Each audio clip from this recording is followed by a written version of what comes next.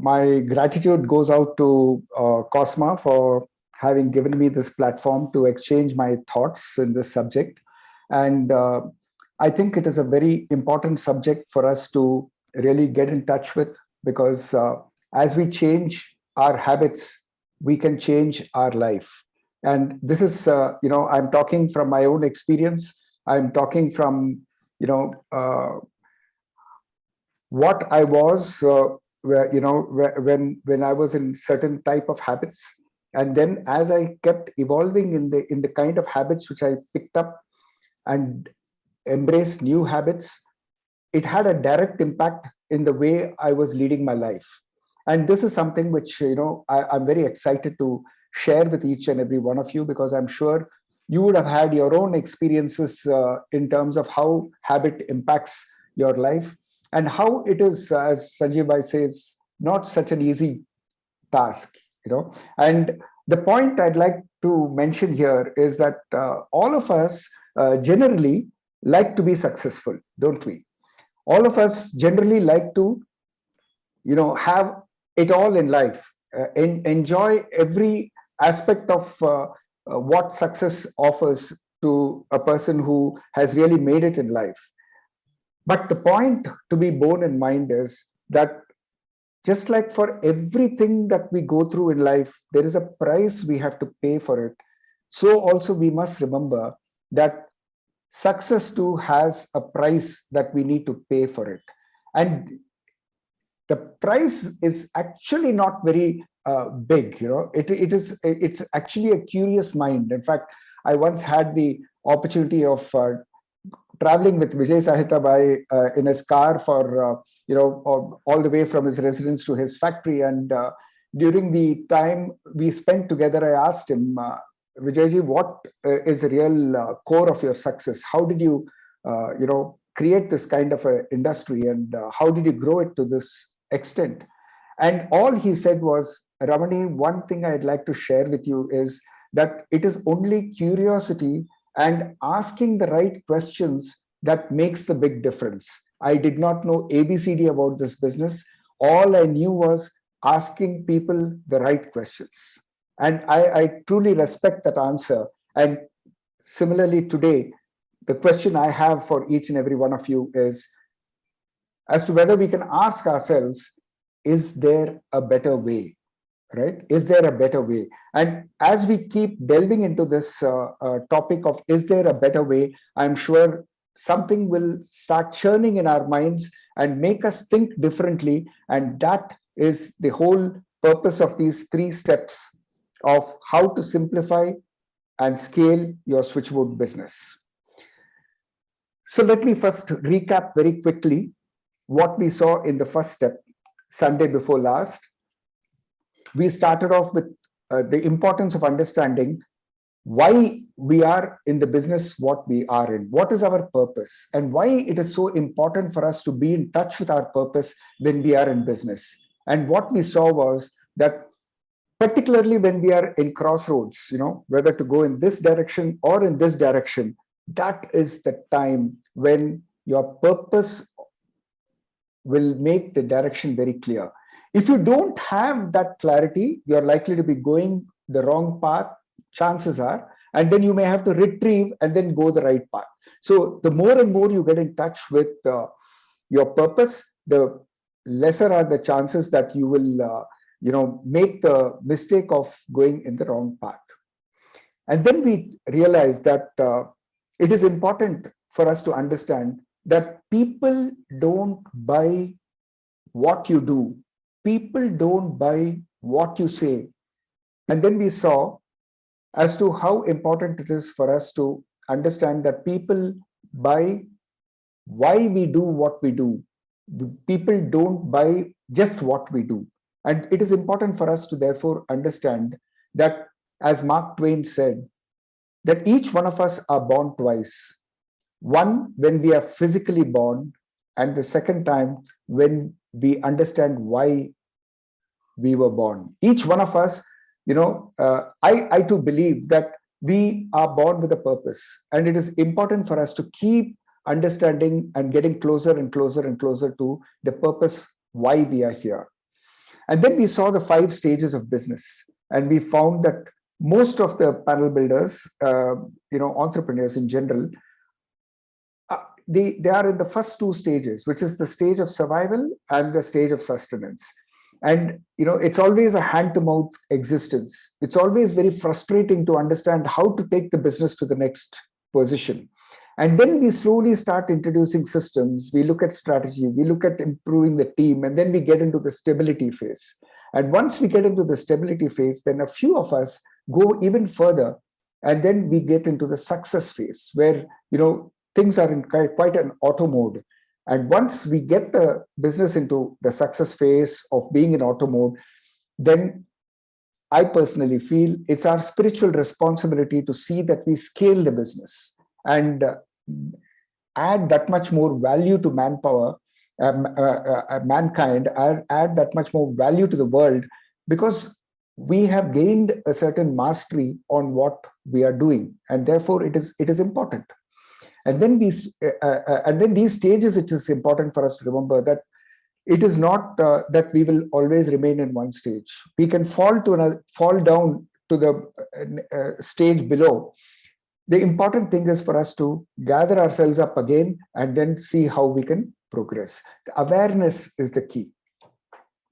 And then we saw the beautiful concept of ikigai, a Japanese concept which really gets you in touch with what is your passion, what does the world want, what are you good at, and what the world is willing to pay you money for. And how do you arrive at that space which takes care that each and every one of these aspects are beautifully interwoven into that. And that becomes your life purpose. That becomes your cause for being in this world, right? And then we delved into the theory of constraints. We saw about the book, The Goal, and then understanding how by identifying the constraint in the business and then elevating that constraint, how we allow the productivity of the business to go up to the next level, right? And this is the golden circle, what we have here in terms of the why. Once you are clear about the why, then the how and the what automatically take care of themselves, right? And then on the second step, we looked at how to empower execution, okay? So it's important for us to really believe and come to terms with the fact that fate and destiny is not something that happens to us. Fate and destiny is our decision. We have to take a call, we have to make a call in terms of what we want to be and become. And for this, we have to keep understanding what is the mindset we are coming from. Are we coming from a fixed mindset, or are we in a growth mindset? A fixed mindset says failure is the limit of my abilities, whereas a growth mindset says failure is an opportunity to grow, right? So what is the kind of mindset which you come to the table with is very, very, very important, right? We cannot afford the luxury to blame anybody or the world. I repeat, we do not have the luxury to blame anybody or the world. We have to take singular responsibility for where we are and what we need to be, right? The moment we come from that space of taking responsibility for our actions, our thoughts, and everything that we be and become, then we become a responsible citizen, right? And then we delved into the 3 foundational pillars of every organization, and that is strategy, systems, and team. My belief, my dear friends, is that if we take care of these 3 pillars, constantly focusing on what is the gap between where we should be in strategy and where we are, where we should be in systems and where we are, where we should be in team and where we are, and we keep working on this gap and narrowing this gap, you'll find that magic happens in your business, right? And when we talk in terms of strategy, we said that we need to be looking at how we can develop a strategy which is magnetic and profitable, right? When we say magnetic, we are talking about a strategy which gets the customer to your doors rather than you're going to the customer, right? And we saw what are the steps we have to take in order for us to ensure that this happens. And then we looked at systems. What is the importance of bringing in the right kind of systems into play? And when we bring in systems, we have to remember that we shouldn't complicate it. We have to look at systems that are simple and sustainable, right? And then when we looked at team, it is also equally important that we look at the 3C formula, right?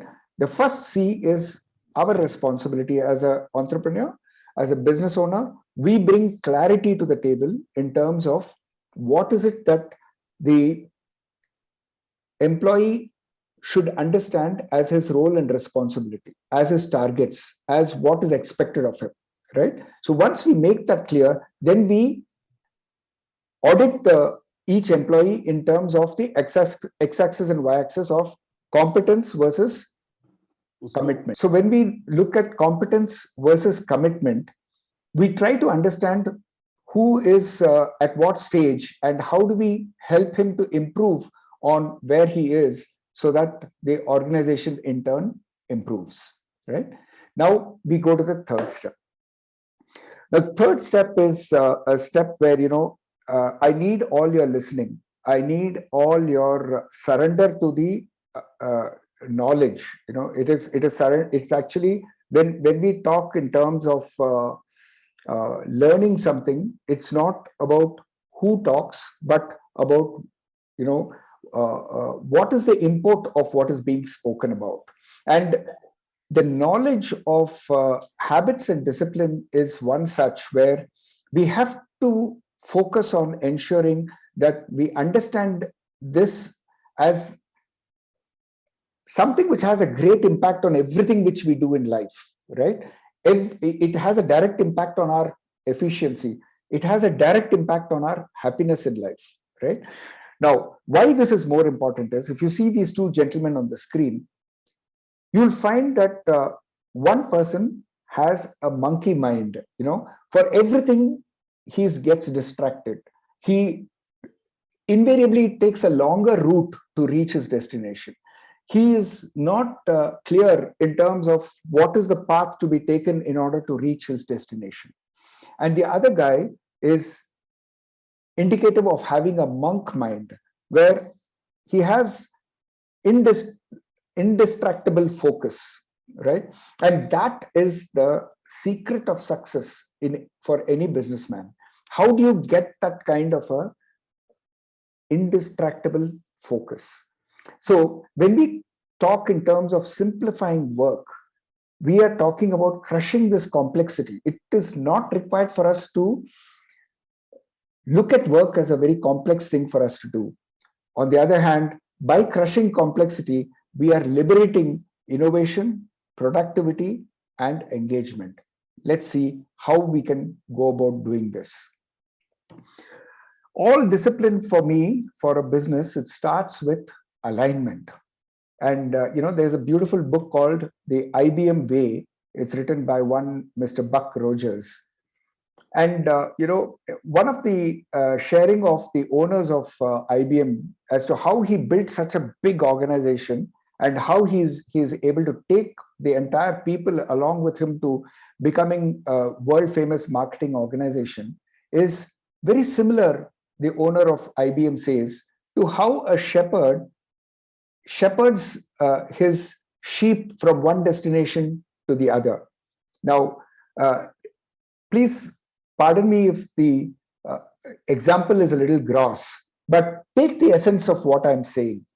What this guy does is, with a gentle tap on a sheep which tends to meander away from the flock, and a gentle tap this side on another sheep which tends to meander from the flock, he is able to keep the sheep together and slowly take them to their destination. Now, what he says is, suppose I were to, as a shepherd, get very angry on one sheep which is meandering away from the flock and give it a whack. What happens? Stampede happens. stampede happens. Every other sheep gets scared about what is this which is happening. And that is how you invite a union into your factory. And that is how you invite employee unrest into your factory. And believe me, in my younger days, I used to be one of those guys who would really get very angry with my staff when I find that they are not raising up to the level of my expectation. And over a period of time, as I get more gray hairs, I realize that this is something which is not in the interest of the organization. And as I started taking the people along, I found that alignment was also easily possible. Right. Now, it's not so simple. There are a lot of steps also which we need to be taking in order to align the entire team, right? So how do we do this? First and foremost, the owner of the business, he has to have complete clarity on what he wants for the business, right? So when he decides about what he wants for the business, he is the strategic head of the business, and therefore he is the guy with the vision, with the clarity of what he wants. And this is something which he has the responsibility to communicate to the head of departments. And it is not enough if you communicate this just once in a year or twice in a year. This has to be done every 45 minutes to 60 or 45 days to 60 days, in cycles of 45 days to 60 days. This has to be done. What we do is we bring all the head of departments to the conference room, and then we ask them as to what has been the breakthroughs in the last 45 to 60 days, what has been the breakdowns in the last 45 to 60 days, and what is it that we are going to be planning for in the next 45 to 60 days.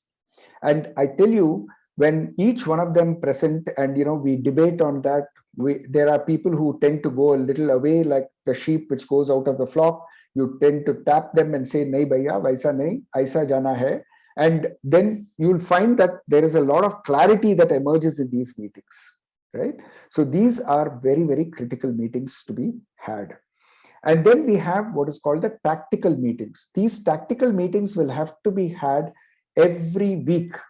Now, head of departments will have to have this meeting with their individual direct reportees, right? And also with the peers. I have it with all my direct reportees, right? And when we have a tactical meeting, we again check what is it that went well in the last week, what is it that didn't go well, and what is it that we need to be doing differently. So it's a kind of reinforcement to understanding what direction we go in, and it's best to get a minutes of meeting submitted to the HR department so that the HR department is able to monitor that, yes, indeed, the head of departments are conducting their tactical meetings. If it misses 1 week, it's okay, but it should not miss more than a fortnight. This is important for the clarity what one gets in the organization. And then you have the daily meetings, which is called the operational meetings. Now, I remember the time when I had an opportunity to go to Adlec factory in Delhi, a fantastic factory, sprawling over almost 1.5 to 2 lakh square feet. And what was striking is the housekeeping out there. I was appreciating the housekeeping to the people at Adlec. By then it had been taken over by Legrand. And, the manager told me that, sir, it was not like this before. After Legrand took over, they have been able to bring in a lot of processes and systems that has made the factory look what it is looking today. And he also showed me the place where, there was a huge aluminum notice board kind of a thing where you have the progress, like similar to what we see here in the picture, where every day in the morning, the people at Adlec get together, the head of departments and the respective functions, and they discuss about safety aspects, quality aspects, delivery aspects, and demand aspects of what they need to be focusing on, how the progress has been made, measuring the past performance, and then seeing what needs to be done for that particular day. So this is something which I picked up, and I have incorporated it both at my load controls factory as well as at my Modutech factory. And I tell you, this works wonders. Every day, if the operations meeting is not happening on the shop floor, I would, ask them a question or two, which will make my people feel uncomfortable. Of course, initially I joined in it till I set the rhythm. It's often said that I do, you watch. That's the first step. Then you do, then we do together. I do, you watch, then we do together, and then you do, I watch. So this is the way to growth, that we have to set the example, handhold them, and then monitor them. So this is what I have done in my factory. And if you come to my factory, you can see the place which has been allocated for the operations meeting every day, and all the various progressive charts which are displayed there. This gives a lot of focus, a lot of alignment. And once we do our strategic meeting, tactical meeting, and operational meetings regularly, what happens is performance gets accelerated. So if you see the acronym, it is STOP, stop. So literally, we need to stop in the way of progress in our business, review the past, and then realign for a better future.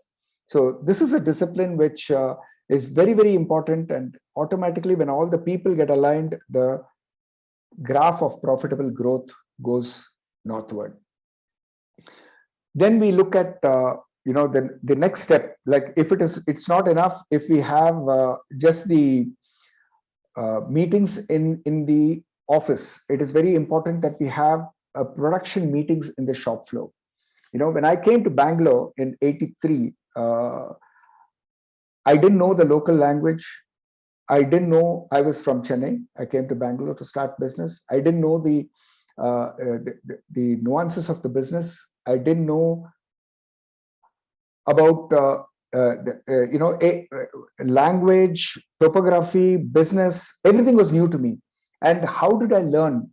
It was, I tell you, just like Vijay Bhai said, I would go have a production meeting. And this is something which I started somewhere in the 5th or 6th year of my starting the business.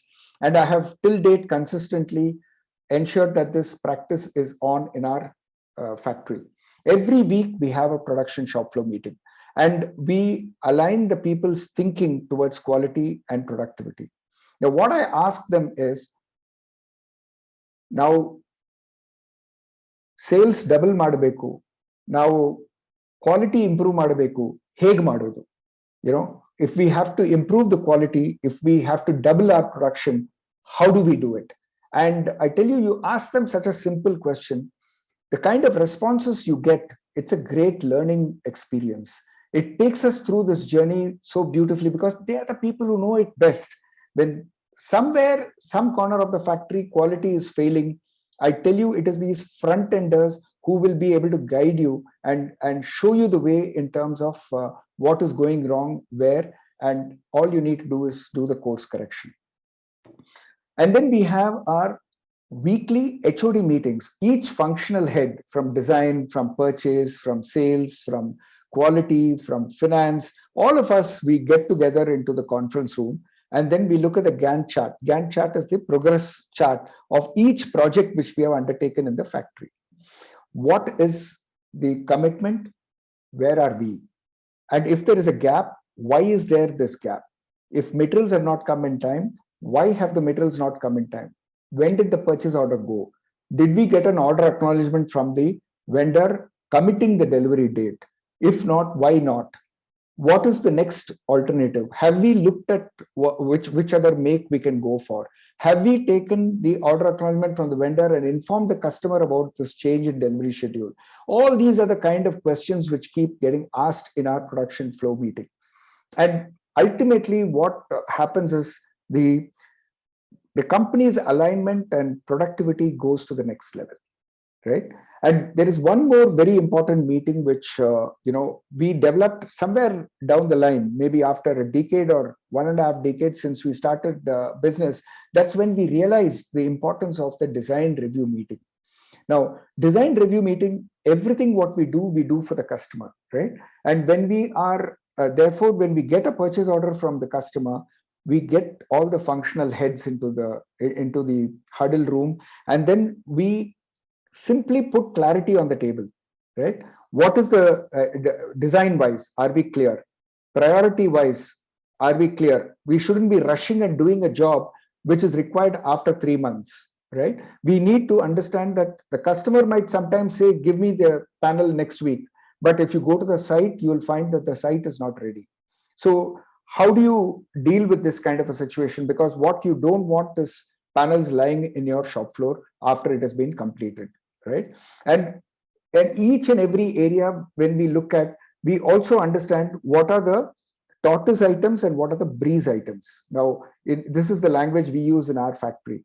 Tortoise items are items which take a long time to come, and breeze items are items which are available to be picked up from the shop. You can get the materials in a day.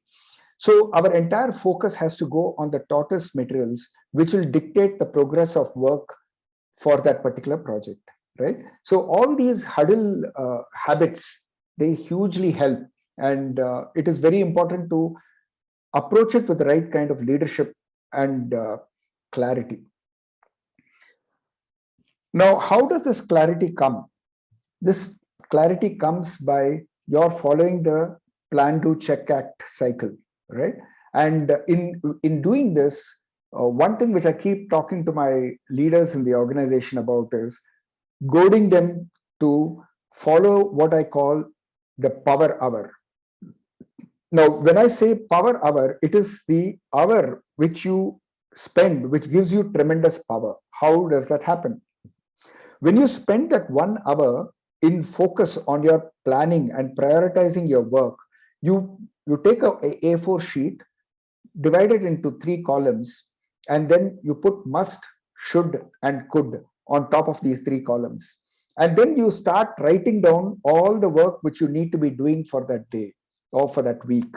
And then you put it in order of the priority. I tell you, when you're going into the office and you sit in your table, you have total clarity on what you need to be attending first, what you need to be attending second. The chances of your getting distracted are that much lesser, and the kind of productivity you are able to put on the table is something phenomenal. You do this every day, within a year, you will see that your company is not recognizable, right? So this is the discipline which one needs to come forward with. And once you do that, and as an entrepreneur, you give clarity to all your HODs in terms of their roles and responsibilities, the next thing which you need to be doing is hold them accountable for it. How do you hold your HODs accountable? You insist on them giving you monthly reports, and ideally you try to get as much in terms of graphical format as possible, so that you spend lesser time in understanding where is the constraint in his department, right? This is another very, very important discipline.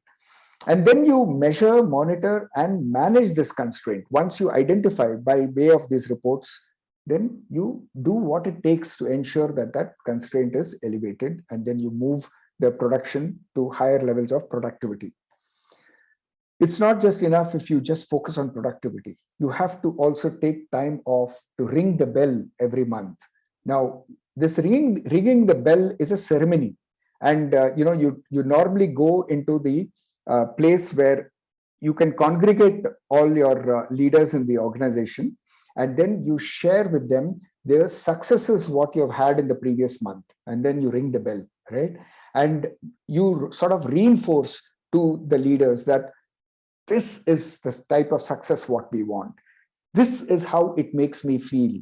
This is what will help each one of us get more secure, and we will be growing together in a strong manner.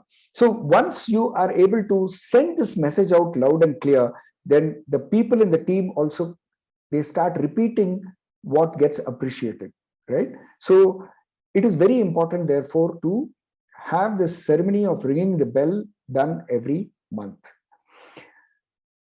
End of day, what is important is we have to keep auditing, every day which has gone by. You, as you're lying down on your bed, before you hit sack in terms of going off to sleep, you try to audit your day and see whether you had actually focused on the 20% which delivers 80% of the results, or were you distracted for the day?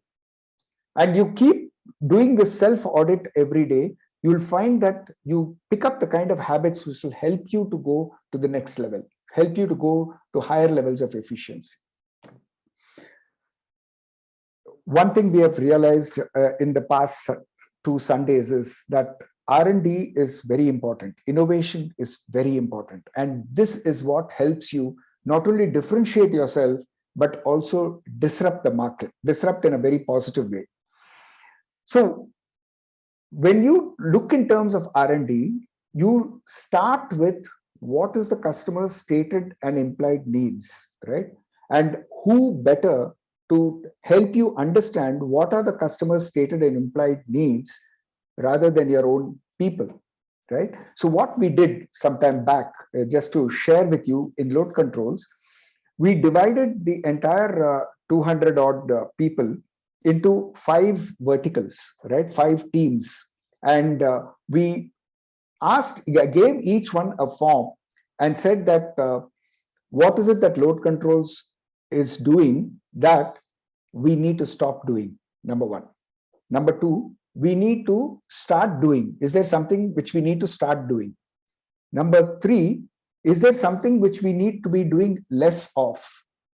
And number four, is there something which we need to be doing more of, right? And any other suggestions for improvement in productivity and quality. Now, you can see that, we gave it a free off for about probably 2-3 hours.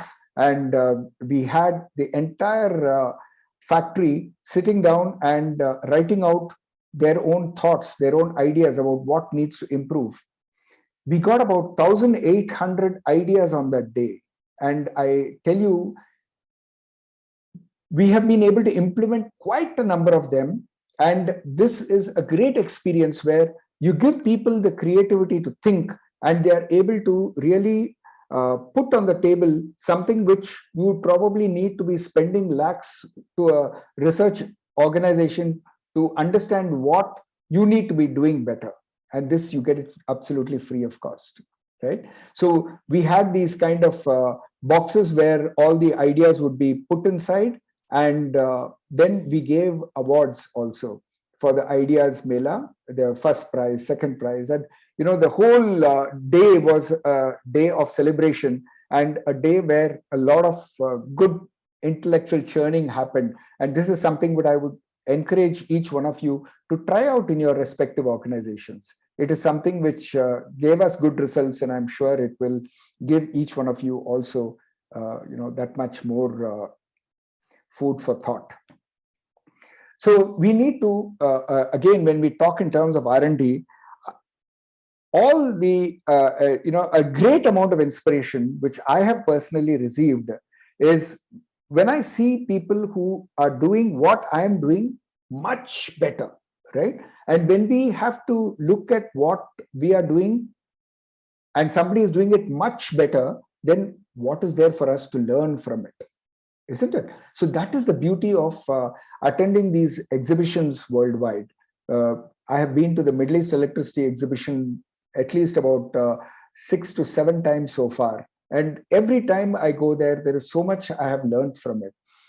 I wanted to understand modular enclosures, at a more deep level. And I realized that it was Denmark where we have Lokstrop, Cubic, and Elsteel originating from. All three companies are modular enclosure companies. So I went to Denmark for when there was an electrical exhibition running there, just to have a look as to how they bring out this kind of a concept to the world.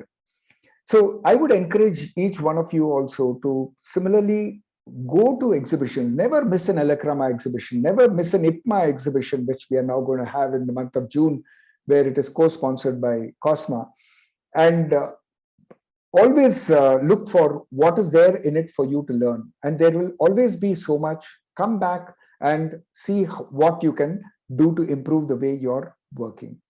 Repeatable action when you see, for example, estimation software or design software. How do you softwareize it, for want of a better word? Whatever you are able to repeatedly do, you bring it into a software so that you're able to reduce the number of people doing it.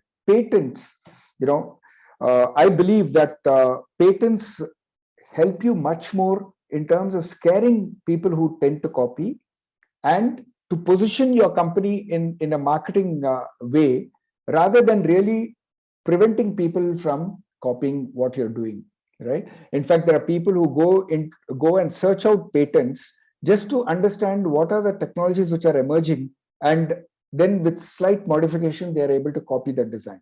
Okay, I'm not here to stand in terms of understanding what is right or what is wrong. I hold this Tesla owner, Elon Musk, right?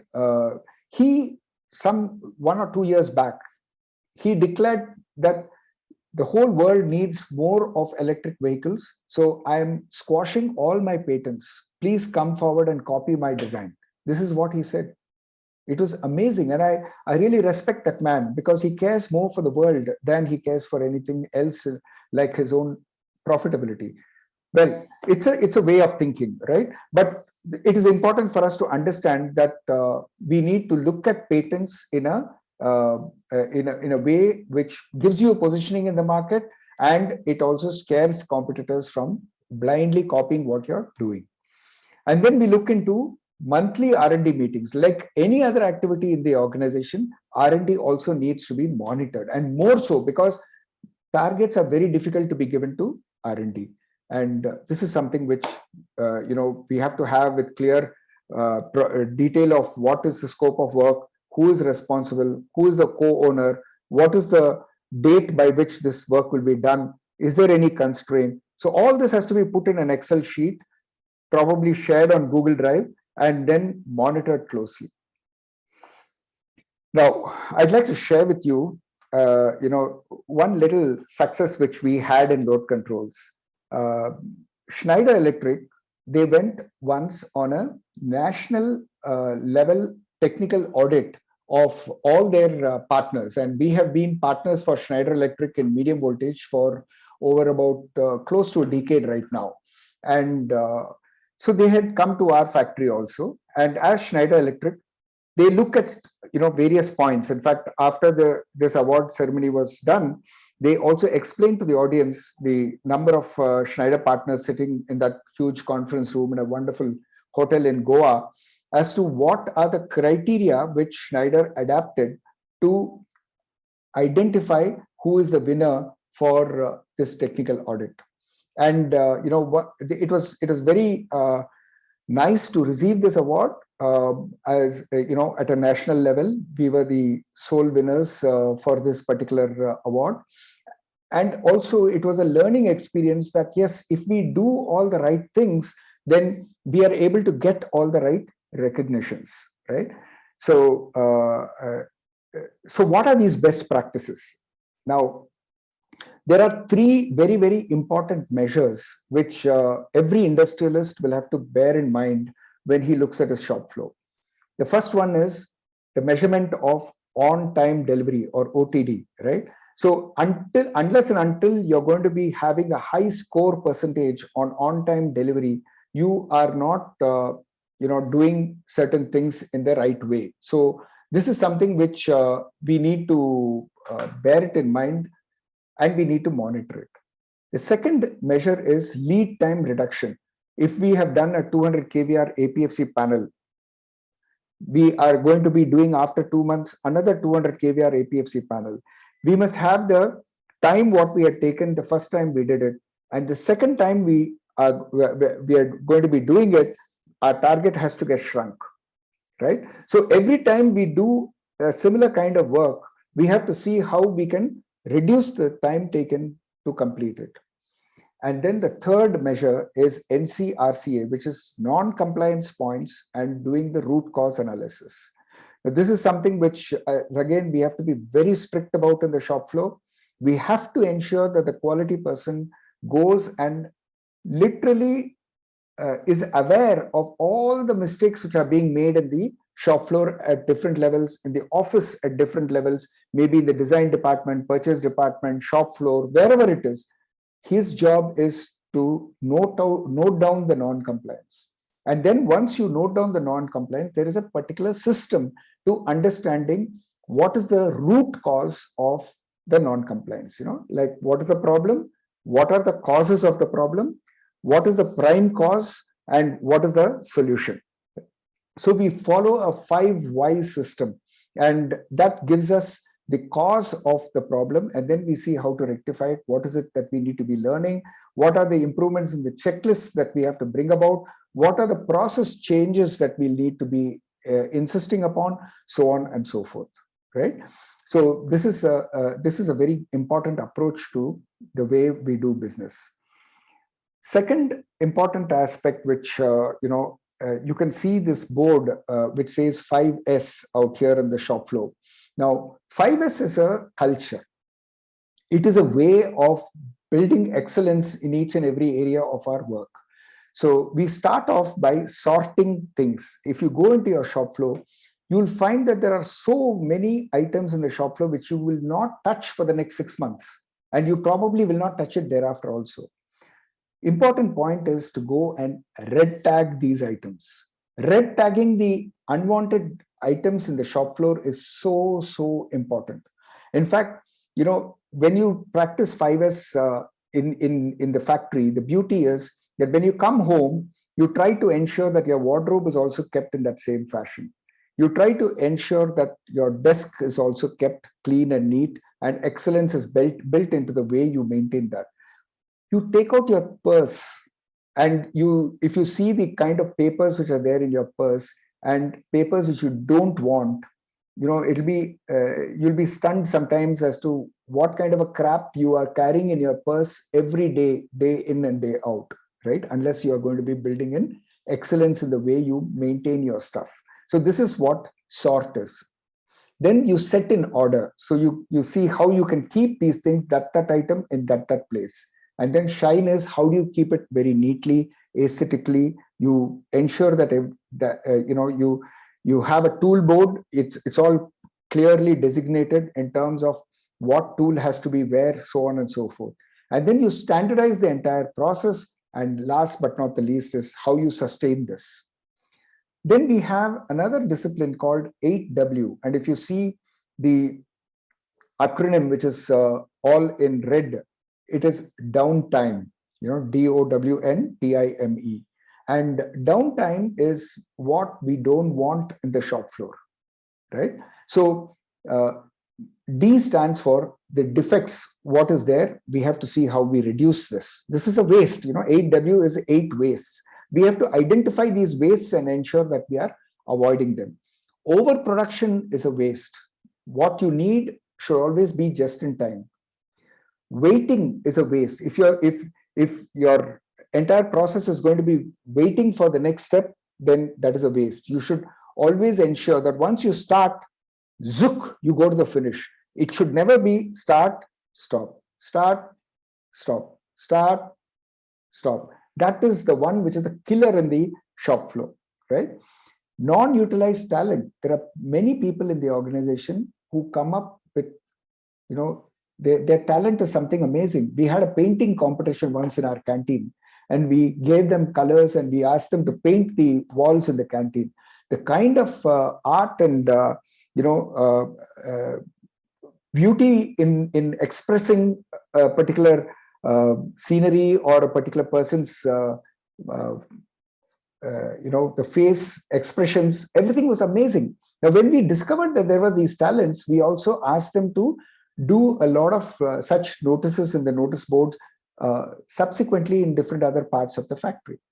Right? I'm just talking to you about a simple area, but like that, there can be many more non-utilized talents in the company, which we need to be understanding and seeing how to be putting them to profitable use. Transportation. When it comes to transportation of materials from one end to the other, we have to ensure that it is done in the swiftest manner and in the most safe of manners. Inventory. We do not want dead inventory anywhere, and we want inventory just in time. Both are very, very important. Motion of people from one end to the other. We have to ensure that people movement is restricted. There is a lot of waste in that.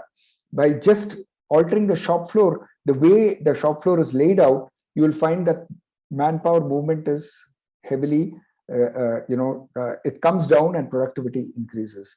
Extra processing, we don't want more than what we want, right? So all these are fundamentally world-class manufacturing practices. And if we are able to follow these practices, I'm only touching the tip of the iceberg. There is so many more practices. If you go into the Toyota way, you'll find that there is Gemba. Gemba is about when there is a problem, don't discuss it in the shop floor. I mean, don't discuss it in the conference room. Go to the shop floor and understand what is the problem. It's a simple thing, but the number of times people will be comfortable to sit in their air-conditioned conference room and discuss the problem, it's mind-boggling, right? So we need to, therefore, there are so many such cultures which will need to be built into the organization. I'm just giving you a kind of a glance of the way of thinking that we have to pursue. Now, this is probably one of the very, very important slides of my entire presentation. And this is something which I request your complete attention, more attention to, if I may. And this is something where I have faltered in the past several times, and I have fallen, and I have picked myself up, and it has helped me a lot. Number one, own your customer. Now, last Sunday we spoke about the ABCD customers, right? The awesome customers, the breadwinning customers, the convenient customers, and the dangerous customers. Now, our job is to continue to be encouraging the awesome customers, right? Because the awesome customers are the customers where they are able to see value in what you're offering them, and therefore they are willing to pay the price what you are wanting. Now, your job is to ensure how do you own this customer, right? So everybody is in business to make money. So also is your customer, right? So when you have a customer who wants to make money, you have to help him make that money. Now, how do you do that? You try and understand what are your customers' needs, and understand who are all the stakeholders in his game plan of winning an order. And then you try to see how you can support him in the whole process. And when you do that, you automatically own the customer, right? Similarly, owning your vendor. When you have the bulk of your selling price coming from switchgear or coming from enclosure, you have to ensure how these vendors are your closest friends, right? You understand what are the challenges they are facing and try to see how you can resolve their challenges. They want loyalty, give them loyalty. Once you give them loyalty, they will reciprocate it with the right kind of deliveries, pricing, so on and so forth. And once you own your customer and own your vendor, then you're able to really focus on your business in a manner that as you progressively optimize your business, optimize your customer base, you'll find that profitable growth happens. There was a time when I was in Chickpet where, as an electrical dealer, I would take pride in the fact that on my letterhead, I have almost 6 makes of electrical items which I am trading in. Right? Today, it has reduced to just 4. And there were times when it went up to 8 also. But I realized that focus was very, very important. And this is incidentally one of the lessons I learned from Brijnandan Mundra of Sri NM.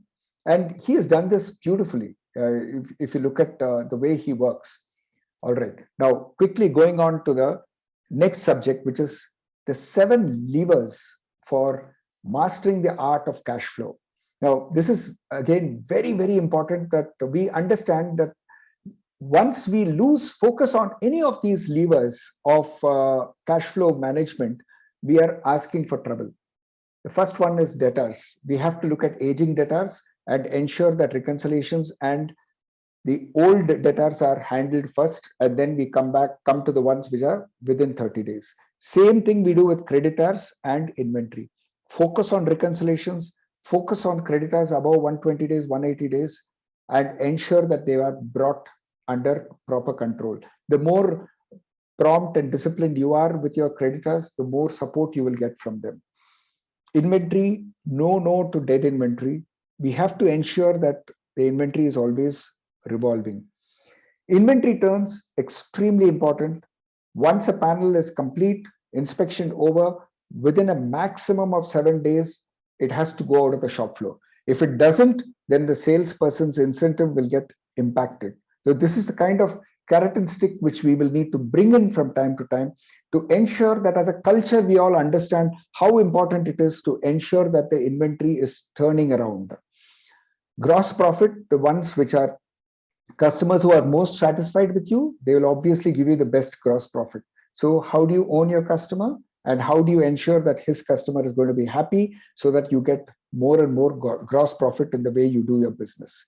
And as you increase your top line, what happens is when you look at your top line and your overheads, when your top line is here, your overhead is here, right? So when you increase your top line here, the thing is that your overheads does not grow in the same proportion, and therefore your profitability improves.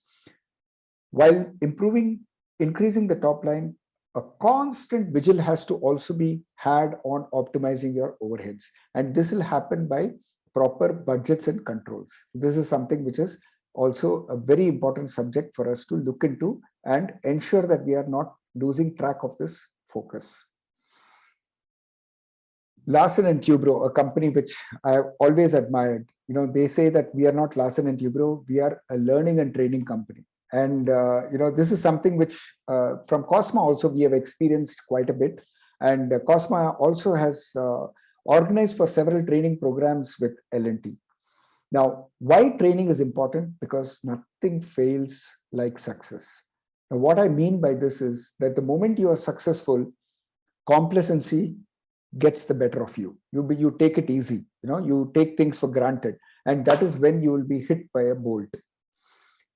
It is very important for one not only to look at our own individual need for improving, need for learning, but also understand from the entire team which reports to you in terms of what is the need in terms of technical, financial, functional, managerial, and leadership base. Address that need, like in the beginning of this presentation, before it started, we were discussing about the importance of the need of understanding about gasketing, right? So once we identify the need, then we have to really look at seeing how this becomes an important element of learning and therefore training. And when it comes to training, certification also plays a very important role, whether it is ISO certification or IEC certification.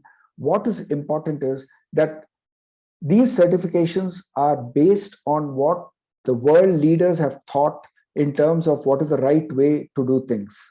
And once you introduce that to your organization, what you're doing is you're bringing up the culture in the organization. And bringing up the culture in the organization is so important for your profitable growth. Let's just look at Cosma and look at the amount of work the Control Panel and Switchgear Manufacturers Association is doing for not just uniting panel builders, but also focusing on seeing how this learning and growth is enabled. Here we have our President Sanjeev with our Vice President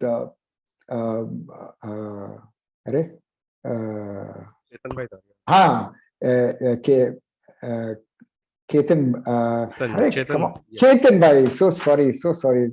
Sometimes my mind goes blank. And we have Shriram, our secretary, along with EMA president and past president, right? And this kind of an engagement is so important for us to take the entire team forward. Now, what Cosma does, we have Zoomnars like this, we have seminars, physical seminars where we invite people to address us on different topics.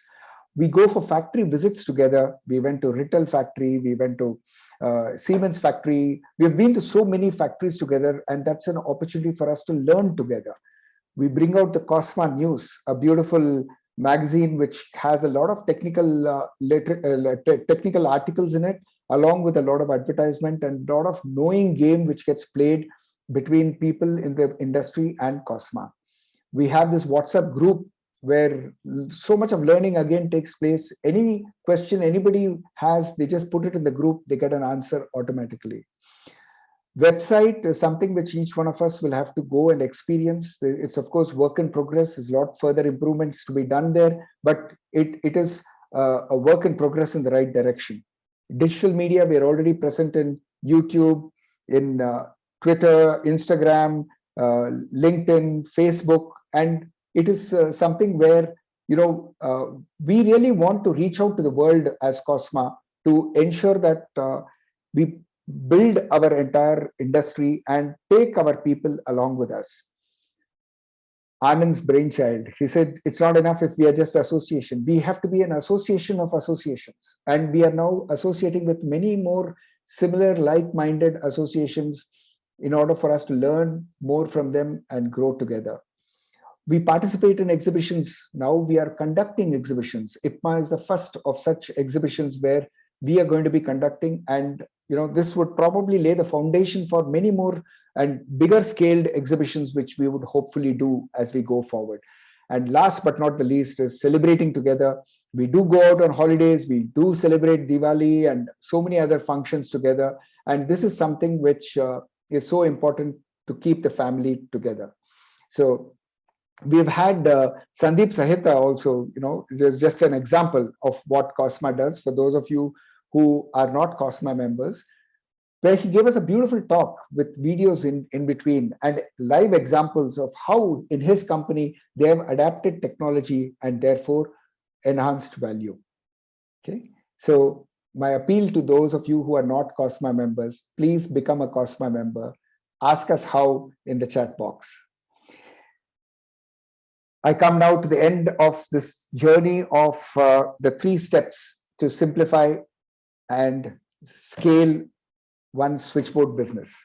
And all this could not have been possible without a fantastic teamwork, thanks to Cosma, thanks to each and every one of you. But amongst you all, there are a few people who are really, really special and who have motivated me to get this through. And the first call goes out to Anand Jayavant. I tell you, it's a kind of a discovery for all of us in Cosma in terms of the kind of talent, the kind of leadership, the kind of creativity Anand has.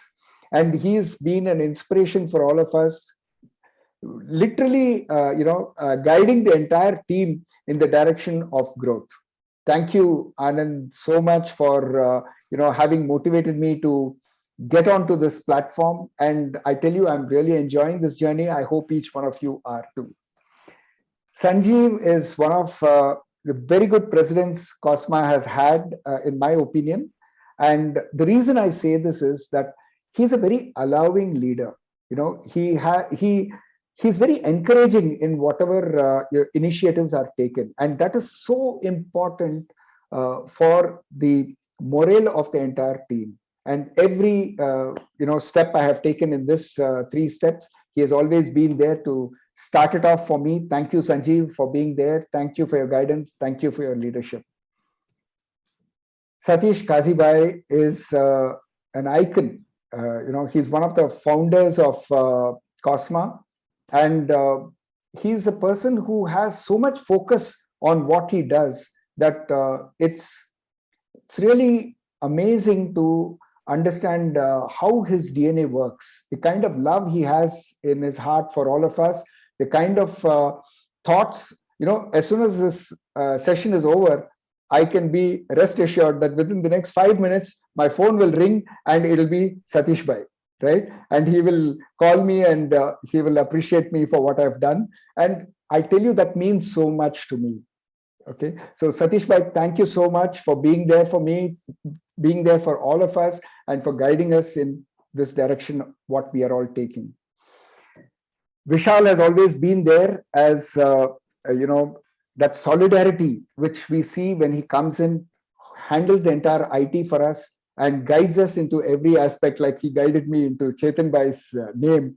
Sometimes this DNA also fails, and he is there in every which way you look at it. He is there for Cosma. Very, very solid guy we have in our team. Sudhir Hanmanteji has been again another person who's been the latest person who's joined into the board of directors in Cosma, and he's been one of those persons who always is there. And we have, he is almost like specializing in the way of giving our vote of thanks.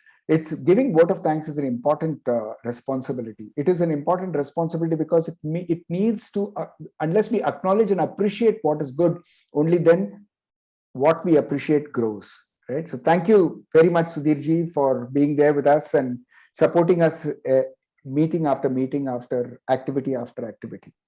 And then the entire board, which is there of COSMA, everyone is so aligned, and it is only when the board is aligned that we are able to see a lot of growth activities taking place.